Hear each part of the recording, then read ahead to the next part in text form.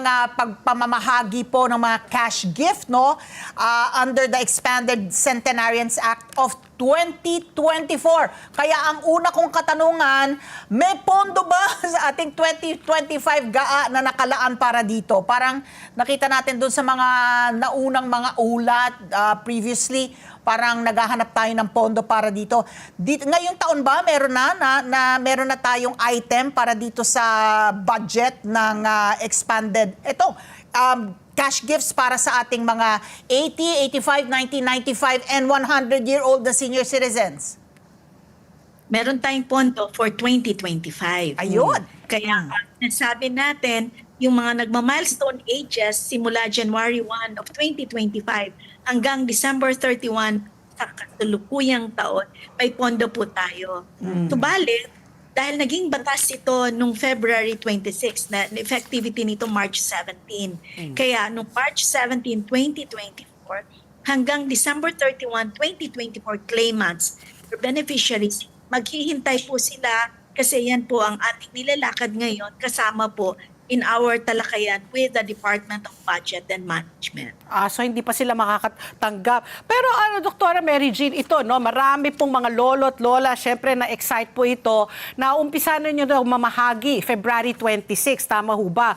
At paano po nila matatanggap po itong mga cash benefits pag sila po ay nakatungtong ng milestone age na 80, 85, 90, 95, and 100? Kayo na po magkwento. Yeah, we will have the first payout actually ngayong February 26. Simultaneous yan. Meron tayo sa Malacanang for the inaugural in honor of when the law also was signed. Okay. Kaya meron tayong 15 beneficiaries na applicants na verified and validated sila na tatanggap doon sa Malacanang this February 26. Pero all over the country, we have selected sites, regionals natin na meron ding tatanggap doon. Now, how to go about it? Muna po, mahalaga mag-apply. Okay. It's a benefit that has to be applied for and the forms are actually either ida-download galing sa ating webpage, no, sa www.ncsc.ph.gov o kaya naman sa kanilang OSCA or sa Social Welfare Development Offices. Ito po may kaakibat na mga basic requirements for any benefits para naman hindi tayo magka-problema sa COA, kailangan naman ng attachment ng requirements. Una, yung kanilang primary ID. Meron silang PSA birth certificate, maganda. Kung wala nun, PhilSys ID naman. Kung wala, dalawa sa secondary requirements. Either yung OSCA ID, partneran ng isa pa na government-issued ID. So, yan yung unang step.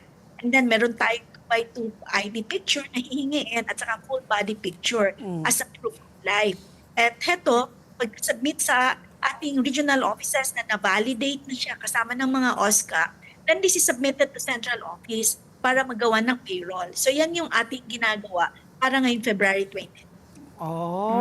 So just to clarify, Dr. Mary Jean, pag 80, 85, 90, 95, tigta 10,000 pesos, it's only when you hit 100 years old na 100,000, correct? That's very correct. So sa pulito, for milestone age, and then hindi retroactive, so wala siya ikaw gitna, 81 to 84, walang ganon. Kailangan eksakto. Ay, ikaw, yes. Let's get together, Sunday 25, Sunday 25.